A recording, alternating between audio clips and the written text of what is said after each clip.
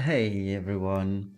I got asked quite a few times what my Nightbound Fury Leah is going to look like on Thursday. So I'm just going to show it off. Now keep in mind, this is before the variance patch. Meaning the damage that you're about to see is going to be significantly lower than what it's going to be end up being. Let me make two fixes real quick. Mainly reason for is A, Esther, and B, Kane. Now Graf's damage, that is going to remain pretty much constant as he's not affected by the variance change. To some degree, Lara's damage is going to go up. Meanwhile, Sakura and Celeste will remain as is. Yeah. Let's do the clear first, and then I'll show the gear. Okay, so fight is pretty straightforward. There's no imperil other than the imperil we are providing. Esther turn 1 is going to guard. Lara is going to limit. Graf, let me check my sheet. He's not doing anything, so Graf and Kane just guard. Sakura on turn 1 is going to bar Thunder on Celeste. Make super sure that this is in that order, because when you use Celeste first, she's going to use Sealing Blade. You will seal Bar Thunder and you'll be very sorry. Alright, on turn 1 though, the boss does literally nothing, just one single attack that puts a dot on the cover tank. That dot will remain throughout the fight, so no matter what you do, you will always need 100% ice resistance on that person. Which is fine, Celeste has that in both forms. Turn 2 is when we will do the 100 chain core count, so Lara goes back to base for triple hotshot. Graf is going to triple Absolute Mirror of Equity in conjunction with Kane, Impulse Drive. Celeste is going to triple Blissega, and Sakura is going to triple Thundega, all of which is innate. You don't need any material or anything for that. It's very, very convenient.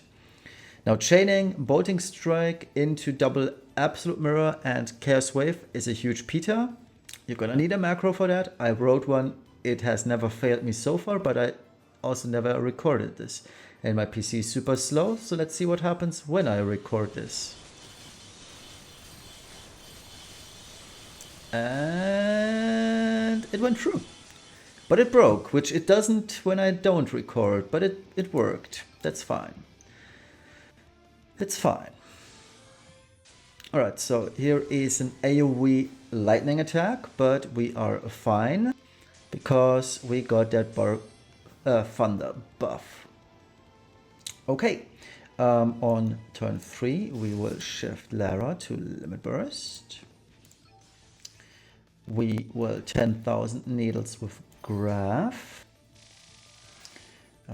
Kane is going to guard, because on turn 3 the boss does, I think, an AoE ice physical attack. Meaning physical, we can mirage it. Don't need to build everyone for evasion or so. Okay, turn 3 we are going to refresh seal I should explain Sealing Blade to Nephesite a single magic attack. We're gonna refresh her cover, and we are going to provoke, even though she's naturally provoking, through the Diadem. And we're gonna do status reset twice and provide a better lightning buff to Celeste, because on the next turn we're gonna summon Ramu. We need that higher resistance for her because she's not gearing for it. Unfortunately, we are also imbuing the team by doing that, but it's fine for the most part. Okay, Esther turn 3 is guarding yet again. Let's do Celeste. Now there are smarter ways to do this obviously, but I built Celeste for damage actually in base form. So that's the trade-off. But it works regardless. Okay, so turn 4, very important. The order here is super, super important. You're gonna start this off with Graf, doing both his permanent 4-turn mod boosts. I am Graf, the Seeker of Power. Those desire the power, the Water and Earth amp, and the last one is up to you. And then second action is that you shift Esther and let her use Rage Beast's Roar. On to Graf. I hope I wasn't too fast with this. Yeah, the imbues are gone, which is good. And now all that remains are the mod boosts. They last 4 turns, effectively 3. So on turn 7, they are still going to be active, which is exactly what we want. Alright, Lara goes back to base, triple hotshot onto the enemy. Because it's turn 4, we're gonna need to power up with Kain, so nothing to fear. Holy Thunder Stance. This one reduces spear resistance to all enemies. It boosts the damage of his jump by 100x. We're also using Holy Thunder Stance for nothing, honestly, but we don't. Anything Holy Thunder Stance does is getting power crept by Sakura regardless, and we're getting the better buff, etc, etc. It's just that you don't use Impulse Drive more than once, because we are already imbued. We are imperiling the boss now, so I just don't want to deal too much damage to it. That's the only reason. Okay, Celeste on this turn is going to de-shell on the boss. She needs that mainly for herself. So there we go. And Sakura on this turn is going to Brave Shift to summon Ramu.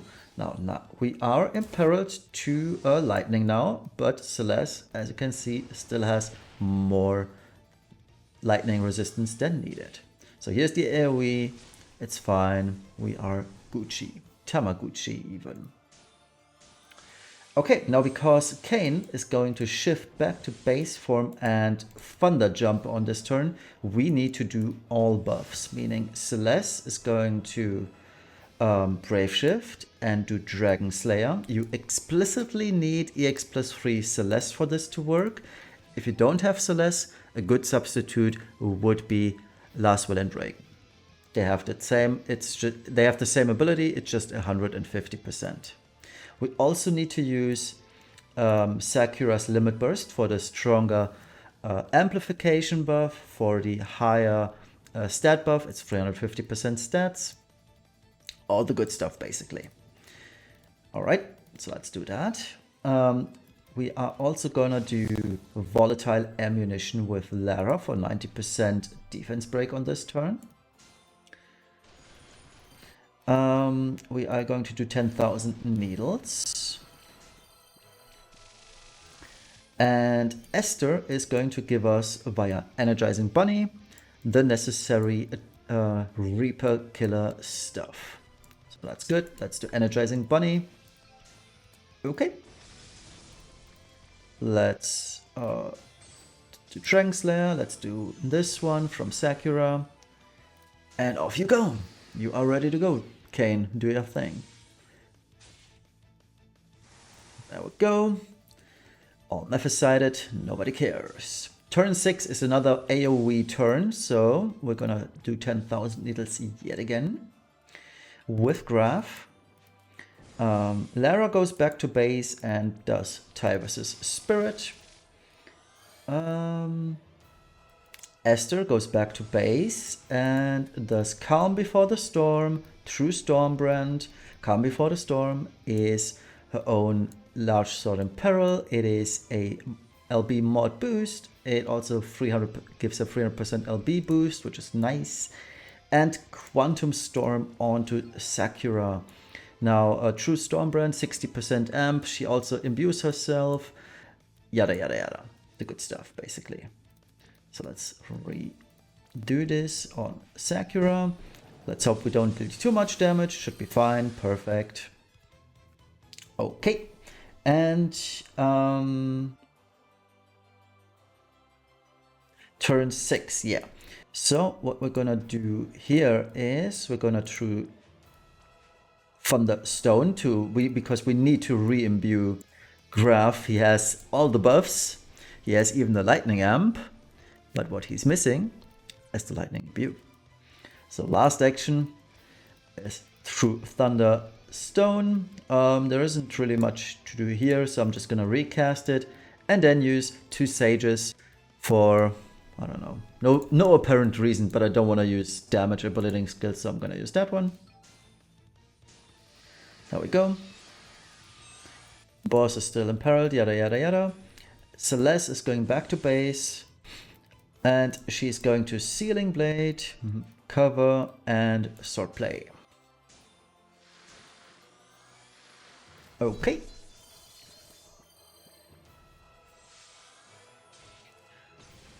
And there we are.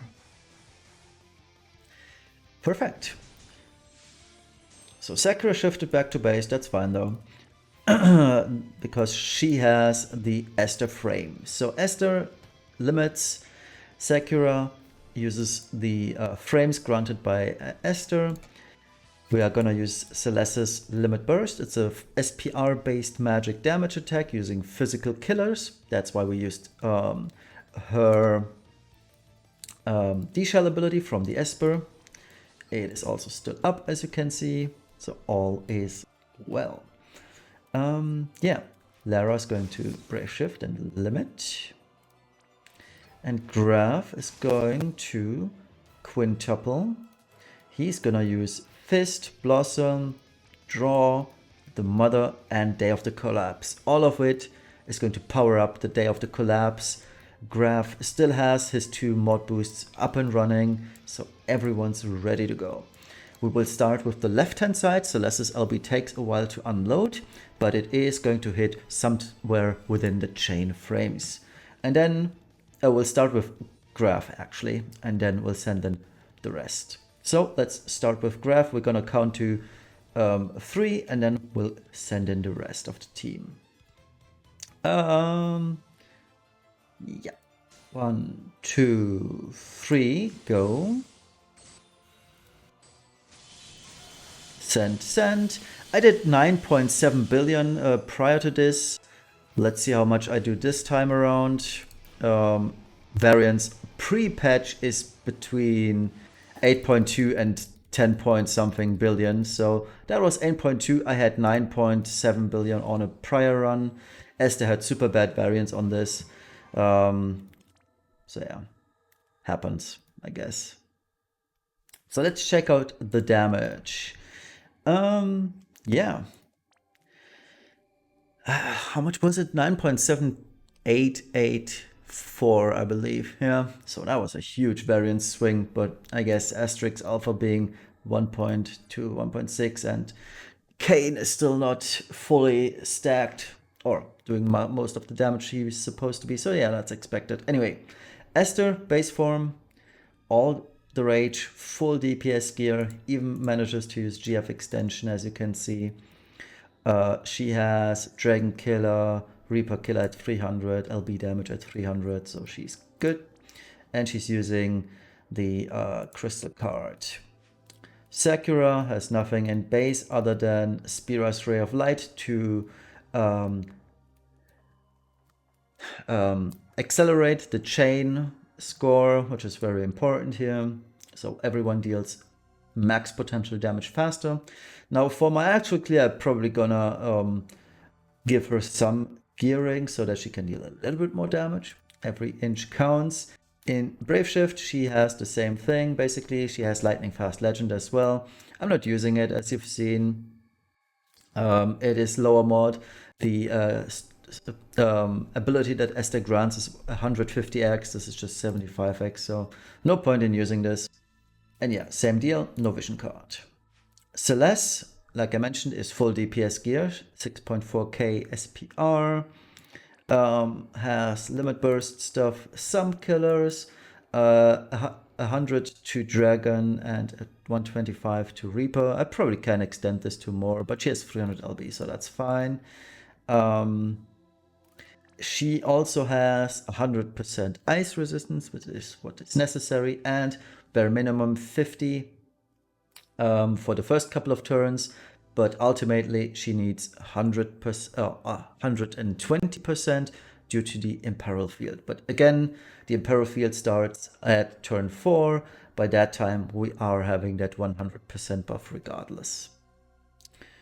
Okay, and the Brave Shift, same thing basically. She just naturally gears for immunity here, so that is fine. And her own card, obviously. Next up is Lara. Lara full, as you can see, full LB fill and fill rate, but she doesn't need it. Just, I copied this from my last Lara clear or so.